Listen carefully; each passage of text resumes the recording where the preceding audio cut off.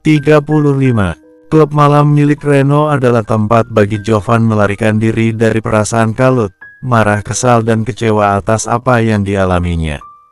Botol minuman di hadapannya itu seolah menjadi solusi atas permasalahan yang sedang menimpanya. "Jangan banyak-banyak, bro. Kamu tidak biasa minum," Reno berusaha mengingatkan Jovan. "Kenapa? Kamu takut aku tidak mampu bayar?" Lelaki muda itu mulai tidak bisa mengendalikan diri. Kalimat yang keluar dari mulutnya itu pertanda dia sedang merasa tersinggung atas teguran Reno. Reno yang paham kalau sahabatnya sudah terpengaruh alkohol hanya bisa menggeleng dan tersenyum kecut. Dia paling takut kalau Jovan sampai marah atau bahkan tidak lagi menginjakkan kaki ke klub miliknya. "Oke, lanjutkan saja berapapun maumu. Kamu tidak perlu membayar di klubku ini, Joe. Semua gratis, bahkan perempuan mana yang kamu inginkan bisa kamu pilih." Reno merentangkan kedua tangannya untuk menyatakan bahwa klub itu selalu terbuka menyambut Jovan. Bagaimana dia tidak ingin melayani Jovan dengan baik? Lelaki itulah yang sudah memberinya banyak modal untuk membangun usahanya itu hingga bisa sebesar sekarang. Jovan menyeringai. Ide soal perempuan sepertinya cukup menarik untuknya. Selama ini dia berusaha menjaga diri dan hatinya hanya demi Safa. Tapi wanita itu pun telah berkhianat. Mencoba menerima wanita lain sepertinya akan mengobati sakit hatinya. "Carikan aku gadis polos yang masih belum tersentuh," ujar Jovan pada Reno. "Kamu yakin mau mencari yang seperti itu? Bagaimana kalian akan memulainya jika dia sama polosnya dengan dirimu?" Reno terkekeh. Dia sangat mengenal Jovan Andriano Mahendra yang tidak pernah bermain dengan banyak wanita, hanya Safa. Itu pun dari yang dia dengar hubungan mereka hanya sebatas ciuman biasa tidak pernah berakhir sampai ke atas ranjang.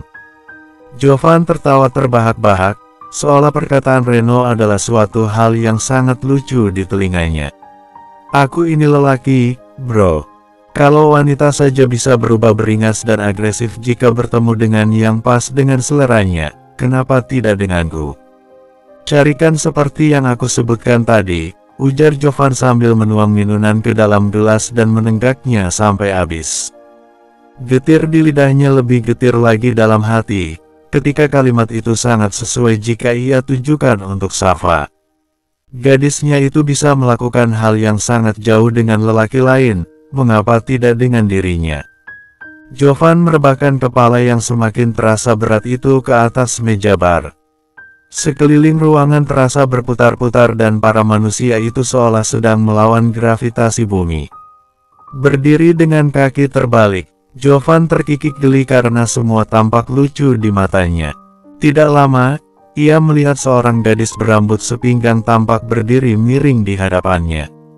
Wanita muda yang bisa ditebak seumuran dengan Sapira. Wajah lugunya itu tersenyum manis memperlihatkan cekungan di bagian sisi pipinya. Jovan terperangah. Mengapa dia sangat mirip dengan wanita lugu yang sekarang pasti sedang ada di rumahnya? Matanya mengerjap dan gadis itu pun semakin mendekat. Kedua telapak tangannya saling bertautan, tampak canggung sekali. "Selamat malam, Tuan. Siapa namamu?" "Vera, Tuan." Lalu ia menunduk. Jovan memicingkan mata. Sapira dan Vera, apakah mereka adalah orang yang sama? Wanita yang terlihat lugu dan polos di rumahnya itu, apakah dia juga adalah wanita munafik yang suka menjajakan diri? Alkohol telah mempengaruhi otaknya sehingga Jovan tidak bisa berpikir dengan baik. Setelah penglihatan Safa, semua wanita terlihat sama di matanya termasuk Sapira, sama munafiknya. Ia menepuk-nepuk pipinya sendiri, meyakinkan kalau wanita di hadapannya itu bukanlah Sapira istrinya. Tapi bayangan yang berdiri semakin merapat dengan kursinya itu tampak benar-benar serupa dengan Sapira. Tubuhnya yang indah berbalut dress tanpa tali, memperlihatkan bahu yang putih bersih. Dia tidak terlihat seperti wanita penghibur lainnya, tapi di mata Jovan gadis seperti itu jauh sangat lebih menggoda. "Kamu cantik sekali," ujar Jovan seraya mengangkat sebelah tangan dan menyentuh wajah gadis itu. Reno yang melihat dari kejauhan memberi isyarat pada gadis di hadapan Jovan itu untuk membawa temannya ke kamar. Dia minta gadis yang lugu dan belum pernah disentuh malam ini juga, yang benar saja. Reno terkekeh. Permintaan Jovan tentu saja bukan hal yang mudah untuk dipenuhi olehnya. Beruntung ia memiliki Vera yang pintar berakting itu, memoles sedemikian rupa agar terlihat seperti anak baru di klub miliknya. Semoga saja Vera berhasil menyenangkannya malam ini hingga aku tidak akan kena masalah esok hari.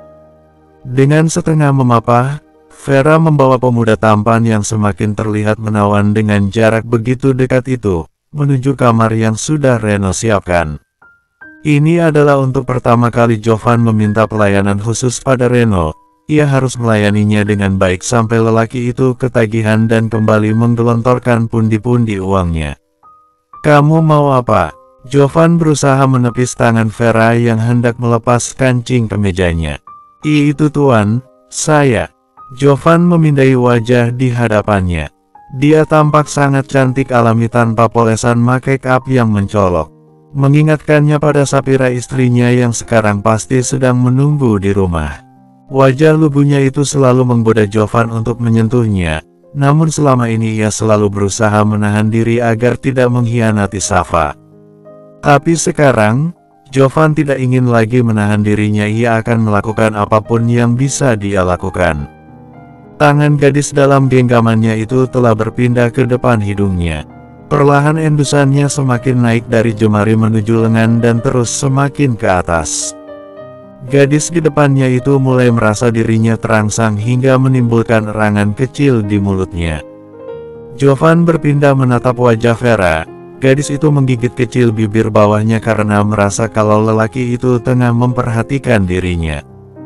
"Jangan terlalu agresif, atau Jovan akan curiga. Nikmati dan biarkan saja dia yang mengendalikan dirimu." Pesan Reno kembali mengiang di telinga Vera hingga membuat dirinya berusaha menahan diri agar tidak membalas dan melakukan apa yang bisa dia lakukan. Gadis itu sudah menghabiskan banyak malam dengan banyak lelaki yang meminta pelayanan total. Berdiam mematung seperti sekarang bukanlah dirinya. Tapi Reno sampai mengingatkan berulang-ulang, kalau ladang uangnya itu jangan sampai. Kecewa, Vera merasa sangat gugup, karena tugasnya malam ini sangat berbeda dan terdengar mengancam pekerjaannya. Kalau lelaki itu kecewa, Reno pasti akan menghukumnya. Kegugupan itu rupanya ditangkap lain oleh Jovan. Ia merasa gadis di hadapannya itu benar masih polos dan belum pernah disentuh oleh siapapun selain dirinya. Gejolak di dalam diri pemuda itu mulai bangkit. Ia pun melanjutkan aktivitasnya di tubuh Vera. Gadis itu berdiri tegang, setiap sentuhan Jovan seperti aliran listrik yang menyengat tubuhnya. Sekuat tenaga dia berusaha menahan diri agar tidak melewati kendali, namun rupanya tidak bisa. Gadis itu mulai menuntut sentuhan yang lebih. Dengan cepat ia menarik kepala Jovan dan menempelkan ke dadanya sementara tangannya dengan agresif menelusup ke balik punggung Jovan. Merayap, dan mencengkeram rambutnya kuat-kuat. Giliran Jovan yang mematung, perlahan kesadaran mulai menghampiri diri. Gadis di hadapannya itu sangat lihai dalam memainkan titik sensitif pada tubuh seorang lelaki. Mengira Jovan menikmatinya, Vera semakin agresif memancing dan berusaha membangkitkan gairah yang lebih dalam lagi. Jovan menarik diri, ditatapnya Vera lekat-lekat. Dia buka Sapira, batinnya menggumam. Di setengah kesadaran, Jovan baru menyadari bahwa wanita yang sangat ia harapkan bisa disentuhnya adalah Sapira, bukan Vera atau wanita polos lainnya. "Bro," ia mendorong begitu saja tubuh gadis di hadapannya itu, hingga jatuh terduduk di lantai, lalu pergi begitu saja meninggalkan Vera yang hanya bisa melongo. Bersambung 36. "Bro, kamu mau kemana?" Reno yang melihat Jovan berjalan terhuyung-huyung keluar dari kamar langsung menghampiri. Ia merasa khawatir kalau Jovan benar-benar kecewa. Jovan menyeringai, lalu menepuk bahu Reno. "Aku mau pulang," ujarnya lalu berlalu dari hadapan Reno. Lelaki pemilik klub itu langsung menuju kamar di mana Vera berada. Apa yang kamu lakukan? Jovan sepertinya tidak menyentuhmu sama sekali. Sorry, bos.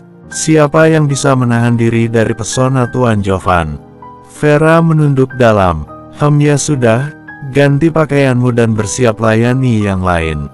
Vera mengangkat kepalanya, menyadari Reno tidak marah dan tidak akan memecatnya. Itu artinya Jovan juga tidak terlalu kecewa padanya atau setidaknya tidak menyebutkan kalau dirinya merasa tidak puas dengan pelayanannya. Jovan menyetop asal taksi yang lewat. Dia harus sampai ke rumah segera atau kepalanya akan pecah karena memikirkan Sapira. Sekarang wajah gadis Tiu memenuhi setiap rongga kepalanya, bukan lagi Safa. Dia ingin secepatnya sampai di rumah dan melampiaskan apa yang sekarang mengganjal di dada. Duk, duk, duk. Puas memencet bel tidak ada yang datang, Jovan menggedor keras pintu rumahnya. Sapira yang masih belum terlelap di kamarnya mendengar suara itu spontan turun dari lantai atas kamarnya dan menuju pintu. Duk, duk, duk. Tepat di depan pintu, Sapira berdiri kaku. Siapa gerangan yang datang malam-malam dan menggedor pintu? Tidak mungkin Andrian suaminya. Gadis itu memang merasa gelisah dan resah karena suaminya tidak kunjung pulang ke rumah. Bertanya pada semua penghuni rumah tidak ada yang menjawab, mereka hanya menggedikkan bahu, seolah hal seperti ini sudah sering terjadi. Gadis itu merasa curiga dengan sikap penghuni rumah yang terkesan cuek dengan tidak kembalinya salah seorang penghuni rumah di malam selarut ini. Terlebih orang itu adalah Andrian putra sulung keluarga Mahendra yang memiliki keterbatasan. Apakah benar yang orang-orang katakan kalau suamiku itu tidak pernah dianggap sebagai anggota keluarganya? Pikiran seperti itu sempat merasuk dan mengganggu Sapira, namun berusaha ditepis.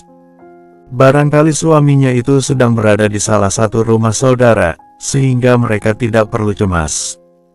Duk, duk, duk. Suara gedoran yang semakin menjadi itu memaksa Sapira untuk mengintip dari celah hordeng jendela rumah.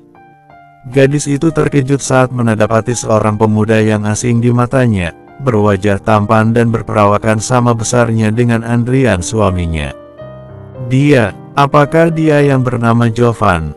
Sapira menengadah ke arah dinding di mana terdapat bingkai foto yang cukup besar, foto keluarga Mahendra.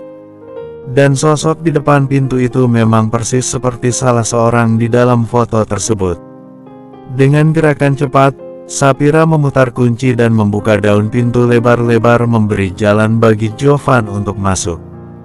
Di ambang pintu lelaki itu menatap Sapira dengan pandangan sayu.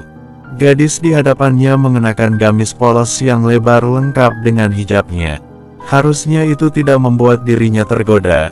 Namun entah mengapa setelah melihat Sapira yang membuka pintu, gejolak di dalam diri Jovan semakin menjadi. Dihampiri gadis tersebut, namun ia justru mundur ke belakang. Mau apa dia? Apakah dia sedang mabuk? Sapira bisa mencium aroma alkohol yang menguar dari tubuh pemuda di hadapannya. Sapira yang masih belum tahu kalau Jovan dan Andrian adalah orang yang sama tentu saja merasa ketakutan. Ia mundur sampai beberapa langkah ke belakang. Melihat istrinya ketakutan seperti itu justru sangat menarik bagi Jovan. Ia makin penasaran untuk mendekat. Setelah menutup pintu di belakangnya, pemuda itu bergerak maju. Merasa berada dalam ancaman, spontan gadis itu berbalik dan berlari menaiki tangga untuk kembali ke dalam kamar. Dia mengajakku bermain-main rupanya. Jovan menyeringnya saat ia merasa ditantang. Pemuda itu berlari dengan langkah sempoyongan. Sapira hampir saja menutup pintu ketika sebuah tangan menggapainya dan menarik tubuhnya dengan cepat. Bro, pintu kamar tertutup rapat, sementara gadis itu telah berada dalam dekapan Jovan. Lepas, Sapira berontak, namun tenaga Jovan lebih besar darinya. Jovan makin erat mendekap tubuh gadis di hadapannya itu. Hanya dengan memeluknya saja, ia merasa nyaman dan perlahan masalah dalam hidupnya seolah menghilang. Sapira mulai menangis, ia merasa dirinya sudah menjaga diri dengan baik dan berpenampilan tertutup rapi. Kenapa saudara iparnya itu masih mengejarnya? Sejak tinggal di rumah itu, Sapira belum pernah melihat sosok Jovan secara langsung tapi tidak berharap kalau pertemuan mereka akan seperti ini. Lepas, gadis itu memukul-mukul dada Jovan berharap pelukannya melonggar dan ia bisa lolos. Namun tidak begitu dengan Jovan, semakin gadis itu berontak, semakin ia memeluk erat. Dia tidak ingin melakukan apapun, ia hanya ingin memeluknya dan berbagi kenyamanan. Sementara gadis itu justru merasa sesak. Bagaimana mungkin dia bisa nyaman bersandar di dada lelaki yang dia kira bukan suaminya? Kalau Sapira tahu Jovan adalah suaminya pasti ia akan merasa senang dan nyaman berada dalam posisi seperti sekarang. Jangan pernah berkhianat, jangan jadi wanita munafik seperti dia, Jovan mulai menceracau di sela-sela pelukannya. Sapira yang terisak dalam pelukannya bisa menduga kalau Jovan telah dikhianati oleh seorang wanita, tapi kenapa harus melampiaskan padanya? Aku tidak mau kamu juga berkhianat, tetaplah bersamaku dan jangan pergi, Sapiraku. Dek, jantung gadis itu serasa berhenti berdetak. Pemuda di depannya menyebut dengan jelas namanya, membuat ia menengadah seketika. Wajah Jovan dan Andrian memang terlihat mirip di matanya, begitu juga dengan suaranya, tapi tidak dengan penampilan pemuda itu. Dia tidak terlihat aneh, justru sangat sempurna sebagai seorang lelaki. Tapi panggilan namanya tadi, bagaimana dia bisa menyebut nama Sapira? Tidak mungkin pacarnya bernama Sapira juga. Kamu jangan pernah hianati aku, karena seorang Jovan Andriano Mahendra tidak akan pernah memaafkan itu. Makin lama suaranya makin melemah, seiring tubuh pemuda itu yang terasa bertambah berat. Sampai akhirnya ia membawa tubuh Sapira terjatuh bersamanya di atas tempat tidur king size miliknya. Gadis itu merasa dadanya semakin sesak. Didorongnya tubuh Jovan sekuat tenaga hingga ia bergolek ke samping. Gadis itu mengusap matanya yang basah dan menatap wajah lelaki yang tampaknya tertidur karena terdengar dari suara dengakurannya yang halus. Ia semakin merasa aneh dengan pemuda tersebut dan berusaha menghubungkannya dengan tidak kembalinya Andrian ke rumah. Apakah Andrian dan Jovan adalah orang yang sama? Bola matanya berusaha memindai sosok yang berbaring terlentang tersebut. Sapira berjalan mondar-mandir di dalam kamar. Dia harus memastikan kalau lelaki yang berbaring di tempat itu benar adalah Andrian suaminya. Lalu mengapa ia selama ini harus mengubah penampilan dan menyamar di hadapannya? Gadis itu berjalan keluar dan berpindah ke kamar Jovan yang berada tepat di depan kamarnya sekarang. Dia pasti akan berhasil menemukan jawaban itu di sana. Bersambung 37. Lamat-lamat Sapira mendengar suara pintu kamar dibuka. Perlahan matanya mengerjap, cahaya menyilaukan berasal dari lampu kamar membuatnya terkesiap. Gadis itu spontan duduk dan merapikan hijabnya. Di ambang pintu, ia melihat Jovan berdiri dengan angkernya. Sorot matanya yang merah terarah ke satu titik, yaitu tubuh Sapira yang masih duduk di atas tempat tidurnya.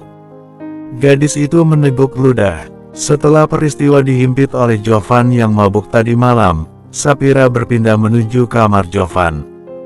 Bukan tanpa maksud gadis itu masuk ke dalam kamar pemuda itu meski pernah dilarang, namun karena ia ingin menyelidiki apa yang sebenarnya pemuda itu sembunyikan darinya. Rahasia apa yang membuat Jovan harus melakukan penyamaran? Fakta mengejutkan yang mengiris hati dan perasaan sebagai seorang istri membuat gadis itu menangis semalaman. Dia merasa tertipu mentah-mentah dan telah dijebak untuk masuk dalam sebuah persekongkolan jahat. Katakanlah Sapira berlebihan, karena menganggap keluarga mertuanya turut andil dalam menjebaknya ke situasi seperti sekarang. Jovan Andriano Mahendra, atau Andrian Mahendra adalah orang yang sama. Tidak ada yang namanya putra sulung atau kakak beradik bagi mereka, yang ada hanyalah anak tunggal. Jovan adalah putra tunggal, pewaris sah keluarga Mahendra. Sapira bahkan harus membuat garis besar untuk sebutan itu. Sangat mengecewakan dia harus mengetahui kenyataan pahit itu dengan cara yang sedramatis ini. Karena Jovan yang mabuk dan Andrian tidak pulang, Sapira mencari tahu jawaban yang sebenarnya di kamar itu. Deretan foto mesra Jovan dan Safa yang berjajar di kamar menyambutnya, namun itu tidak membuatnya merasakan apapun. Sampai ia melihat sesuatu yang menggantung di sudut kamar tersembunyi di balik lemari, atribut yang digunakan Jovan untuk penyamaran. Pakaian itu, rambut itu, dan segala hal yang dia lihat adalah apa yang dikenalinya sebagai Milk Andrian. Ketika membuka lemari pakaian tubuhnya bergetar, semua bukti penyamaran itu terpampang dengan jelas di depan mata. Harusnya Sapira marah, kesal dan melampiaskan pada suaminya yang sekarang berdiri dengan kaku di pintu. Namun itu tidak dilakukannya, dia memilih bungkam sampai lelaki itu sendiri yang akan menjelaskan padanya, apa maksud dan tujuan penyamaran itu sebenarnya. "Mengapa kamu masuk ke dalam kamarku?" Terdengar sangat dingin dan mengancam. Sapira memberanikan diri untuk menatap sepasang mata yang membulat, mencari tahu apa yang sebenarnya lelaki itu inginkan darinya. "Apa yang kamu cari di kamarku?" tanyanya lagi. Di sini Jovan adalah yang berhak bertanya dan bukan dirinya. Lelaki kaya itu memegang kendali atas diri Sapira. Sapira menggeleng. "Semalam Anda mabuk dan masuk ke kamarku. Aku tidak tahu harus tidur di mana, maaf." Alasan apa yang harus dia berikan? Akankah dia mengatakan kalau kedatangannya ke kamar Jovan untuk membuka kedoknya? Bola mata lelaki itu memindai wajah gadis di hadapannya, memaksa Sapira untuk menunduk. Suaranya bergetar dan tubuhnya gemetaran. Semua yang keluar dari mulutnya adalah kalimat abstrak yang meluncur keluar tanpa direncanakan, namun terangkai dengan apik. "Keluar!" Gelegar suara Jovan menyentaknya. Ia beringsut bangkit dari tempat tidur, meraih sajadah di lantai dan melangkah keluar. "Jangan sekali-kali kamu masuk ke dalam kamarku ini, dasar pelayan." Duk, kalimat itu serasa menohok ulu hatinya. Mengapa lelaki itu bisa begitu kejam? Jovan bahkan menyebut dirinya sebagai pelayan. Sapira mempercepat langkahnya menjadi setengah berlari menuju kamar, menutup pintu rapat-rapat, lalu menangis dan meraung di sana. Jovan menepuk mulutnya sendiri yang sudah sangat kelewatan. Hanya karena gadis itu masuk ke dalam kamarnya, ia bahkan sampai menyebut kata pelayan. Pemuda itu berjalan mondar-mandir di dalam kamar sambil mengamati seisi kamar yang pasti sudah dilihat oleh Sapira. Apakah dia sudah tahu semuanya? Jovan mengacak-acak rambut karena merasa frustasi. Ia tidak bisa menebak apa yang sekarang gadis itu pikirkan tentang dirinya. Bingkai foto dirinya dan Safa yang berjajar di kamar, Sapira pasti sudah melihat itu semua. Tapi soal penyamaran, apa dia juga sudah tahu? RGGGH, Sapira begitu cekatan bergerak di dapur. Setelah puas menangis di kamar, sekarang ia akan mengekspresikan diri dengan masakan. Marah, kesal dan sedih akan ia olah dalam bentuk menu yang menggambarkan perasaannya. Bayangkan saja akan seperti apa hasilnya. Dia dianggap pelayan oleh seorang Jovan. Baiklah, mulai hari ini ia akan bersikap layaknya pelayan untuk lelaki itu. Jika Jovan bisa berperan ganda untuk mengelabuinya, maka ia pun bisa melakukan hal yang sama. Sapira akan berperan dengan baik. Bayangan lelaki itu berpose mesra dengan gadis lain dalam wujud lelaki yang sempurna, menimbulkan percik kecil di hati Sapira. Dia bahkan harus ikhlas menerima seorang Andrian yang tidak berguna sebagai suaminya. Sehina itukah dirinya sehingga dianggap layak untuk mendapat perlakuan seperti itu? "Nona Sapira, tuan muda sudah menunggumu di meja makan." Suara ibu asuh Jovan terdengar berbeda. Sapira menarik napas dalam-dalam. Di meja makan para orang kaya yang sudah menjebaknya dalam perangkap seorang menantu yang buruk, mereka tengah duduk menunggu hasil olahan tangannya. Mereka pasti sudah ketagihan dengan hasil masakan Sapira setelah tragedi sarapan kemarin. Baiklah, sebentar lagi, Sapira memindahkan masakan dari wajan ke dalam sebuah mangkuk besar. Berulang kali ia melonggarkan jalan napasnya sebelum memutuskan untuk melangkah keluar dan meletakkan mangkuk di tangannya ke atas meja.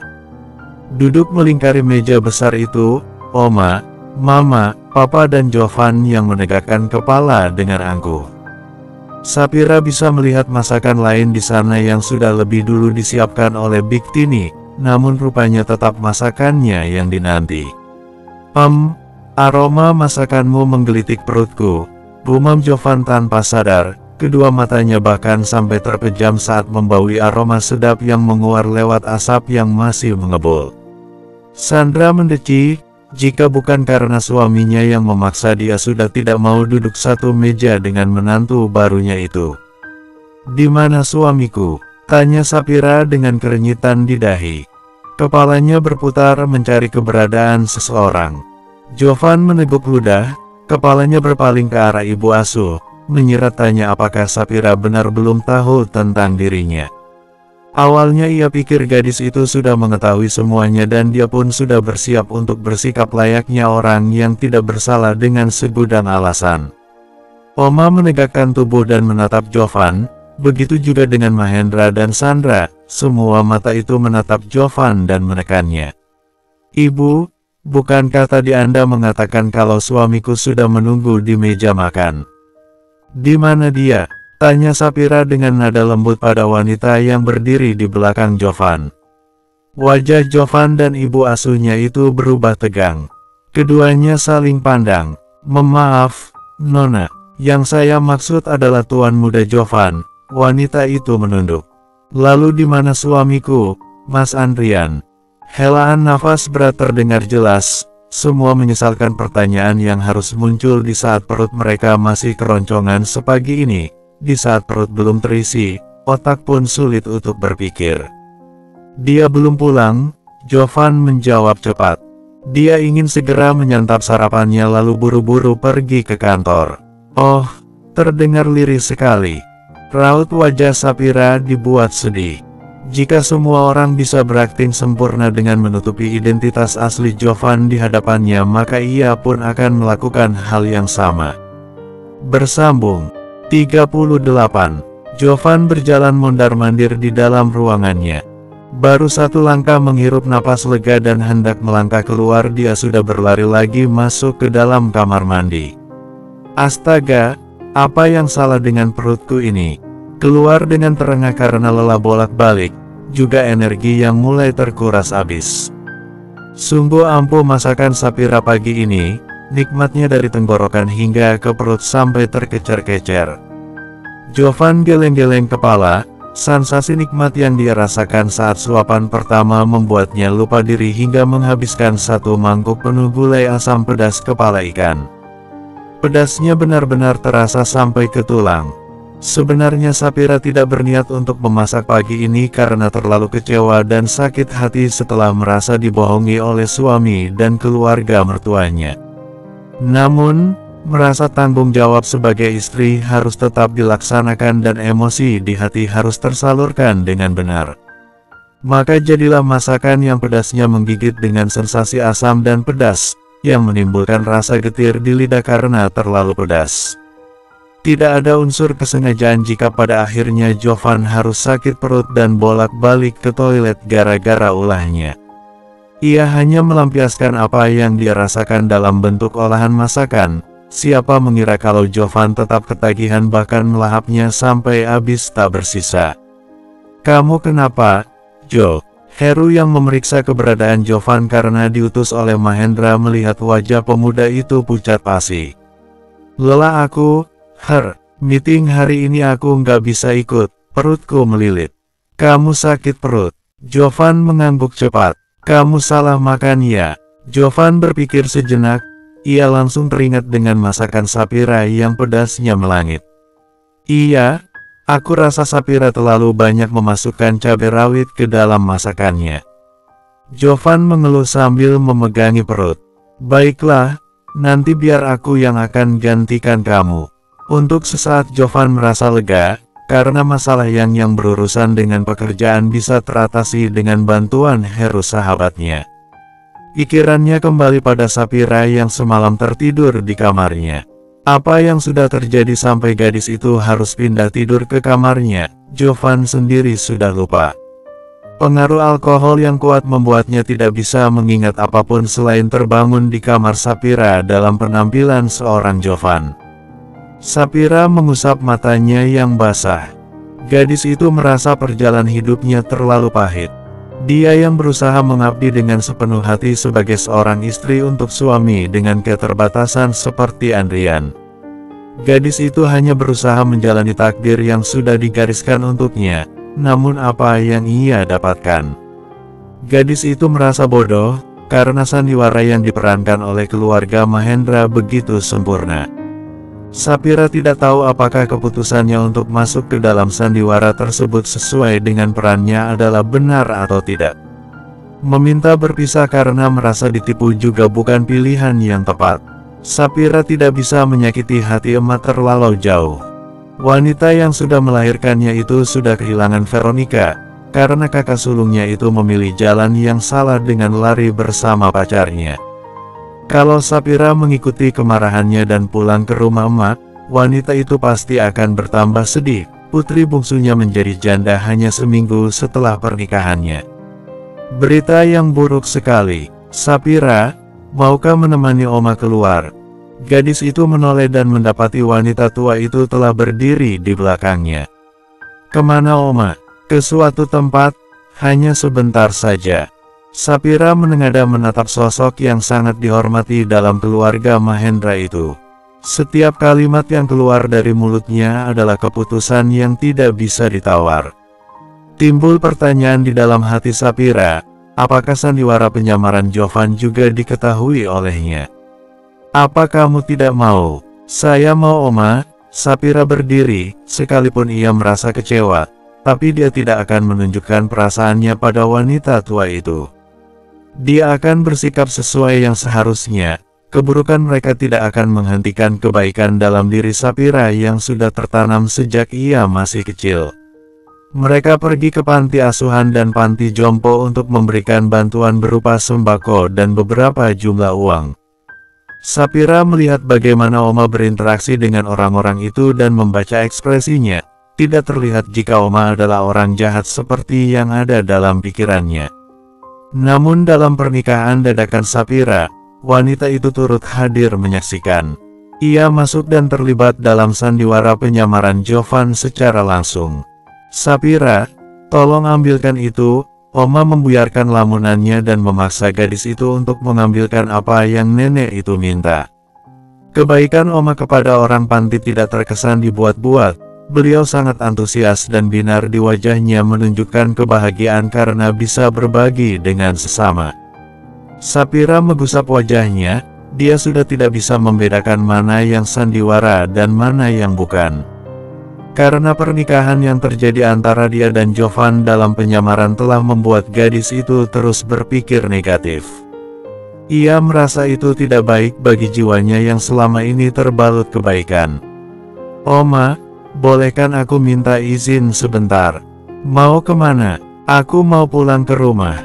Sekarang kita kan sedang menuju rumah. Sapira menggeleng. Bukan rumah keluarga kaya itu. Sapira ingin pulang ke rumah emak. Melupakan sejenak tentang penipuan berencana yang dilakukan keluarga itu terhadapnya. Aku mau pulang ke rumah emak.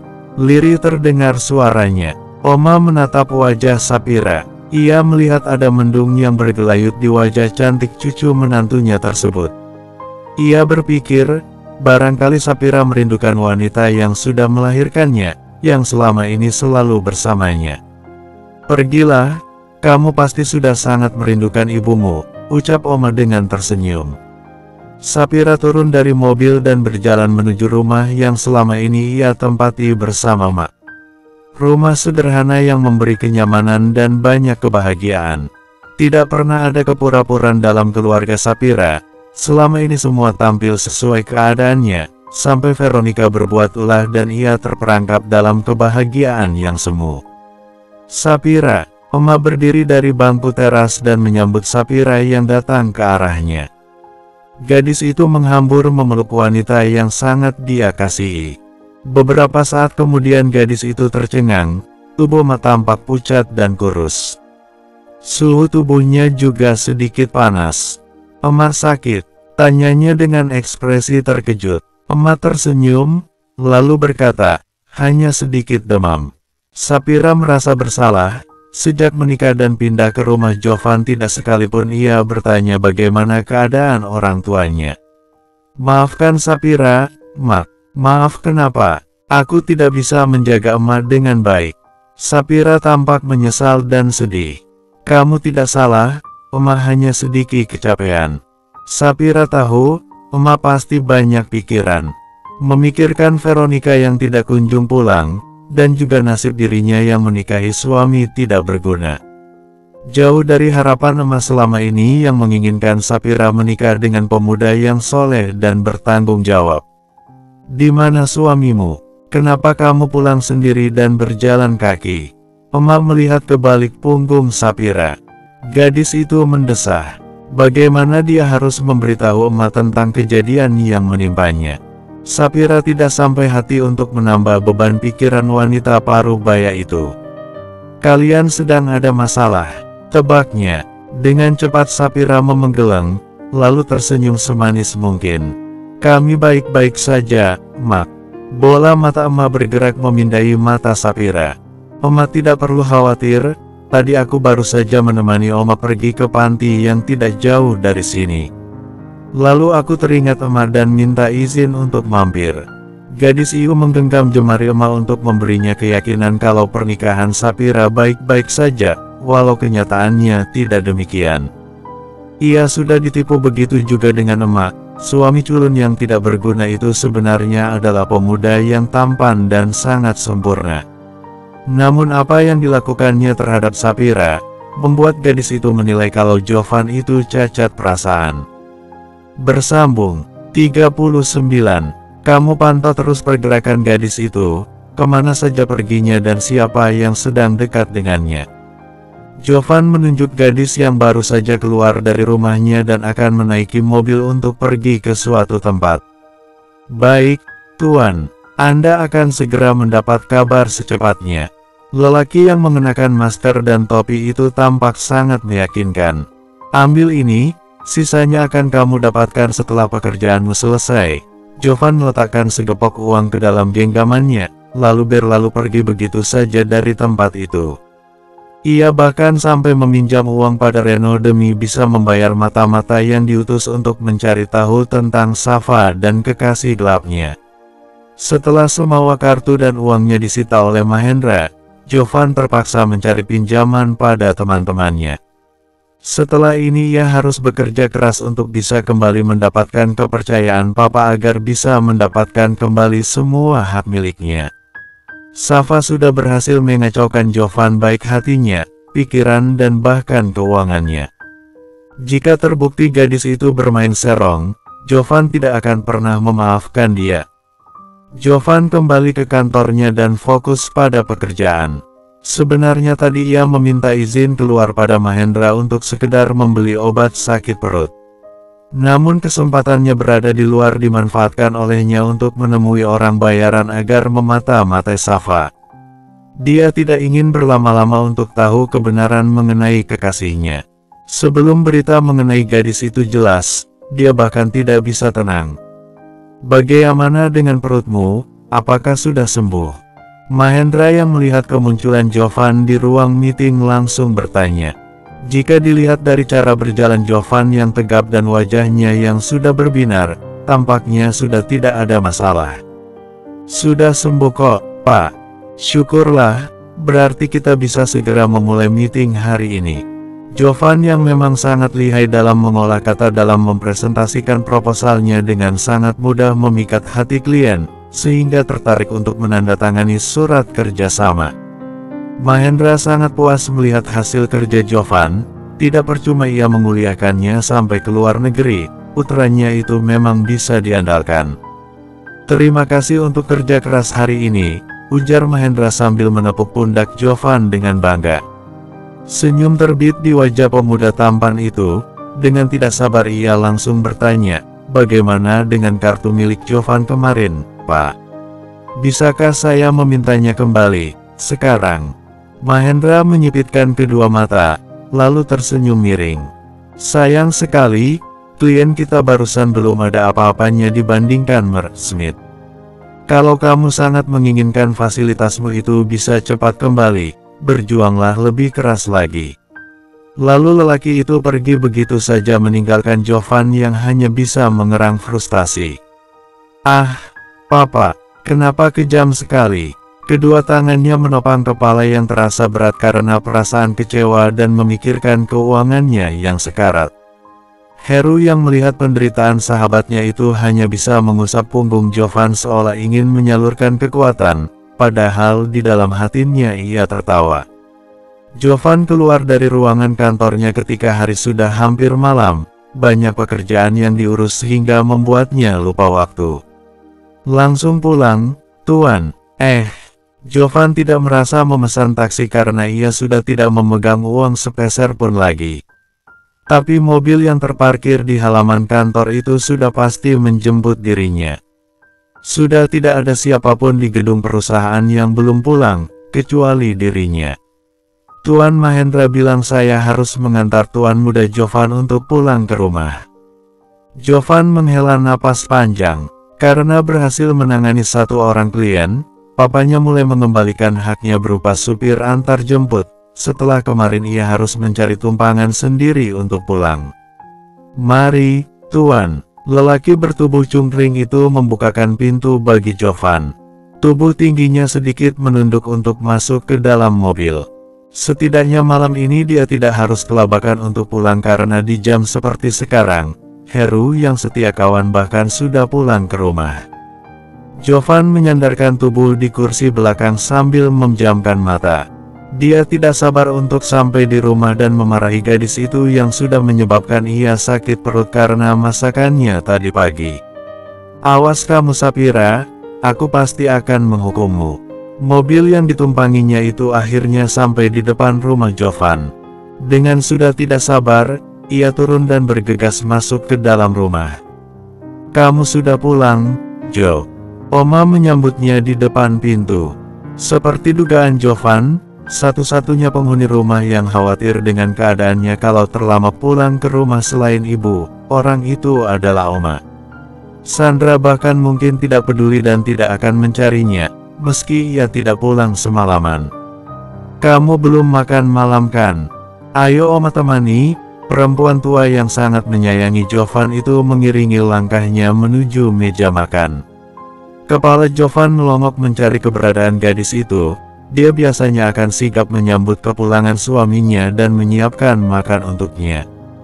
Beberapa saat kemudian Jovan baru sadar kalau dia pulang dalam sosok Jovan dan bukan Andrian suami Sapira. Ia sengaja melakukan itu agar bisa leluasa memarahi Sapira, karena dalam wujud Andrian dia tidak mungkin bisa melakukannya. Di atas meja makan, Jovan hanya melihat menu seadanya. Bukan masakan berbeda yang biasa Sapira hidangkan untuknya. Jovan bisa mengenali masakan yang terhidang adalah olahan tangan Biktini. Tumben sekali dia tidak menyiapkan masakan untukku. Tapi baguslah, aku tidak perlu khawatir kalau masakannya akan meracuni perutku lagi. Meski hatinya berbicara demikian, kenyataannya Jovan menyuap nasi ke dalam mulut dengan malas. Masakan Biktini sama sekali tidak sesuai dengan lidahnya. Walaupun pedas, tetap saja masakan Sapira tadi pagi jauh lebih baik. Kalau bukan karena Oma sedang menungguinya di meja makan, Jovan pasti akan meninggalkan saja nasi di dalam piringnya itu dan memilih langsung masuk ke dalam kamar. Lihat saja Sapira, aku akan menambah hukumanmu menjadi 2 kali lipat, karena kamu sudah tidak menyiapkan masakan untukku lagi. Setelah menghabiskan nasi di dalam piring dengan susah payah, Jovan minta izin pada Oma untuk langsung masuk ke dalam kamar dengan dalih akan membersihkan diri. Sebenarnya ia sudah tidak sabar untuk menemui Sapira dan melampiaskan kekesalan hatinya pada gadis itu. Brak, Jovan membuka kamar Sapira dengan kasar, hingga daun pintunya terhempas dan menabrak tembok di belakangnya. Kamar itu kosong. Tidak ada siapapun di dalamnya. Kening Jovan berkerut. Dengan langkah tergesa, ia memeriksa kamar mandi dan berusaha menemukan keberadaan istrinya. Kosong. Di lantai bawah, Sapira juga tidak terlihat. Jovan melirik jam di pergelangan tangannya. Bukankah seharusnya di jam seperti sekarang, gadis itu masih duduk di atas sajadah sambil mengaji. Kemana perginya dia? Meninggalkan kamar Sapira, Jovan mulai memeriksa kamarnya sendiri. Juga tidak ada siapapun di sana. Lagi pula hal yang mustahil Sapira mengulang kesalahan yang sama dengan masuk ke dalam kamar Jovan setelah melihat kemarahannya tadi pagi. Jovan melangkah cepat memeriksa setiap ruangan untuk mencari keberadaan Sapira. Tapi sama saja, tidak ada sosok gadis itu di setiap tempat. "Oma, di mana dia?" tanya Jovan pada Oma yang baru saja masuk dalam kamar dan siap untuk berbaring. Mata tuanya yang sudah dikelilingi oleh kelopak yang keriput itu menyipit. "Siapa? Sapira, di mana dia?" Bersambung 40. "Sapira di mana dia?" Oma menatap Jovan beberapa saat, lalu kembali siap untuk berbaring dan menarik selimut. Jovan yang melihat itu membantu menaikkan selimut itu sebatas dada. Tadi dia pulang ke rumah ibunya. "Apa? Dia pulang ke rumah Mak?" Mata Jovan sampai melotot mendengar jawaban Oma. Kenapa gadis itu harus pulang ke rumahnya? Apakah karena takut pada kemarahan Jovan? Atau karena tidak ada sosok Andrian, suaminya di rumah? "Kenapa kamu terkejut seperti itu?" Tidak, Oma. Hanya aneh saja kalau sekarang dia harus pergi meninggalkan rumah kita. Apakah ada yang salah?" Oma tergelak. Dia bisa membaca raut wajah khawatir Jovan. Perlahan cucunya itu pasti sudah mulai menaruh perasaan pada gadis yang sudah dinikahinya itu. Oma merasa senang, akhirnya hati Jovan luluh juga. Mendapat tatapan yang berbeda dari Jovan setelah melihat tawanya, Oma berdeham kecil. Tadi, Sapira menemani Oma ke panti yang kebetulan letaknya berdekatan dengan rumah Sapira. Jadi dia minta izin untuk mampir, dan sampai sekarang belum pulang. Oma menjelaskan dengan lembut dan hati-hati setelah tawanya barusan berhasil membuat Jovan merasa tersinggung. "Oh," Jovan menghela napas lega. "Tapi kenapa sampai sekarang dia belum pulang juga, Oma?" "Barangkali istrimu itu masih sangat merindukan emaknya, dan memutuskan untuk menginap di sana." "Biarkan saja dulu Jovan. Dia pasti akan kembali juga." Jovan mengangguk kecil. Meski ia tidak sepenuhnya setuju pada perkataan Oma, bagaimana bisa gadis itu meninggalkan rumah sampai malam? Tidakkah dia seharusnya minta izin lebih dulu pada suaminya? Lelaki muda itu kembali ke kamar dengan perasaan gelisah. Ia memutuskan untuk mandi sebentar guna membersihkan badan sekaligus menyegarkan pikiran. Otaknya mulai terkontaminasi oleh bayangannya Sapira yang membuat ia tidak sabar untuk segera bertemu. Selesai mandi dan berganti pakaian, Jovan turun ke lantai bawah untuk bergabung bersama Mahendra yang sejak tadi ia lihat sudah duduk di depan televisi menonton siaran bola. "Sudah pulang kamu, Jo?" Sandra yang sedang mengunyah keripik pedas melirik Jovan yang baru datang dan berdiri di sisi Safa. Ya. Istrimu itu belum pulang?" "Belum, Mak." Kemana dia?" Bukan wanita pekerja tapi gayanya sok sibuk dengan belum pulang sampai sekarang. Wanita itu mendapat kesempatan untuk menunjukkan rasa tidak sukanya pada Sapira. "Oma bilang, dia pulang ke rumah Mak." "Nah itu maksud Mama, pulang ke rumah orang tuanya sampai malam. Apakah ibunya itu jauh lebih penting daripada kamu suaminya?" "Jovan kan bukan suaminya Sapira, Ma." Mahendra yang masih serius menatap televisi merasa tergelitik untuk nyeletuk. "Suaminya kan Andrian, nah sudah 2 malam ini Andrian tidak pulang ke rumah." "Ya wajarlah, Sapira pulang ke rumah orang tuanya." Susah payah Mahendra menahan tawanya yang hampir meledak karena menertawakan kekonyolan Jovan dalam berlakon ganda. Jovan hanya menggaruk bagian belakang kepalanya dan cengengesan. Emang Jovan ini anak yang mewarisi sifat asli papa, pandai bersandiriwara dan bermuka dua. Dengan santainya Sandra menyindir Mahendra yang langsung terdiam dan ekspresi wajahnya berubah masam. Jovan memperhatikan kedua orang tuanya yang tampak bersikap aneh dan lain dari biasanya. "Apakah Mama dan Papa sedang bertengkar?" "Duduklah, Jo." Apakah menonton sambil berdiri itu menyenangkan? Tanya Mahendra pada Jovan, berusaha mengalihkan perhatiannya dari Sandra. Jovan menurut untuk duduk di antara mama dan papanya. Ia penasaran untuk mengetahui hal apa yang membuat Sandra begitu ketus dalam menyindir Mahendra dan apa juga yang membuat perubahan di wajah Mahendra ketika mendengar komentar istrinya. "Kenapa kamu menatap mama seperti itu?" tanya Sandra dengan risih melihat tatapan mata putranya yang tajam menelisik wajahnya. "Mama sama papa lagi berantem." Pertanyaan itu meluncur juga. Sandra dan Mahendra saling pandang. "Tidak, apa kamu pernah mendengar kami bertengkar?" Mahendra balik bertanya. Jovan menggeleng. Sejak kecil, meskipun Mahendra dan Sandra sama-sama sibuk, dan ibunya itu wanita yang kurang memperhatikan keluarganya, tidak sekalipun pernah Jovan melihat pertengkaran di rumah itu. Kedua orang tuanya tipe suami istri yang sangat harmonis. Mahendra kembali fokus dengan layar televisi. Begitu juga Sandra yang kembali asyik memantau gadget di tangannya sambil mengunyah keripik. Hanya tinggal Jovan yang kembali memikirkan Sapira. Gadis itu kembali mengganggu pikiran Jovan. Benarkah dia tidak akan pulang malam ini dan menginap di rumah emas seperti kata Oma? Jovan mulai gelisah di kursinya.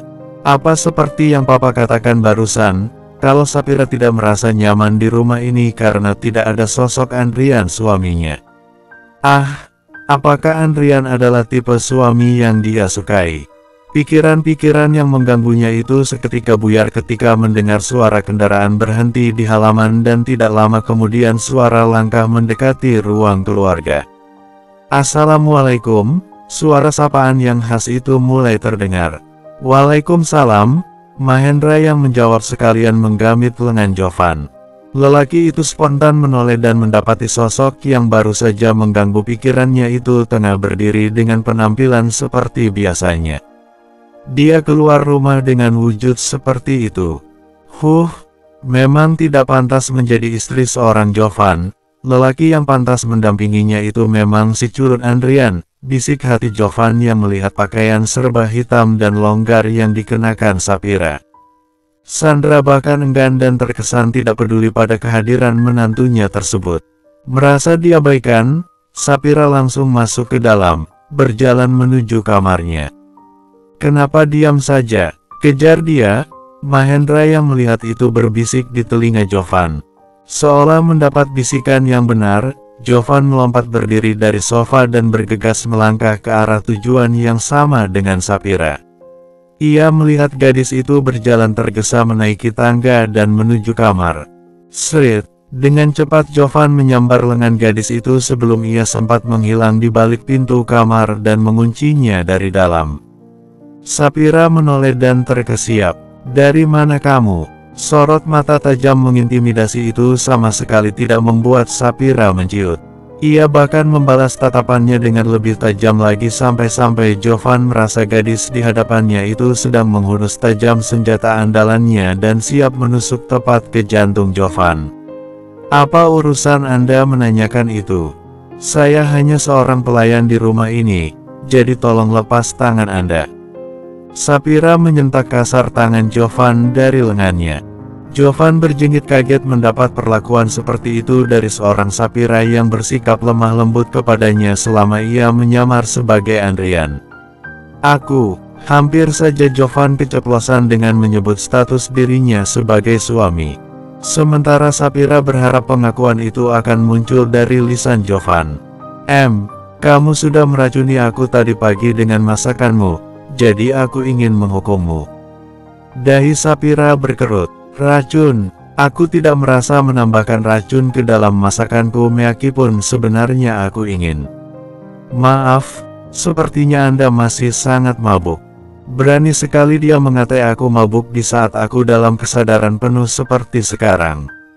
"Dan apa katanya tadi? Dia sangat ingin meracuniku. Keterlaluan sekali. Anda sudah selesai, kan? Sekarang saya harus masuk untuk istirahat. Selamat malam." Lalu ia bergegas masuk dan menutup pintu kamar dengan keras hingga menimbulkan suara berdebam yang membuat Jovan berjengit kaget. Ia mundur selangkah dan mengusap wajahnya dengan kasar. Bersambung.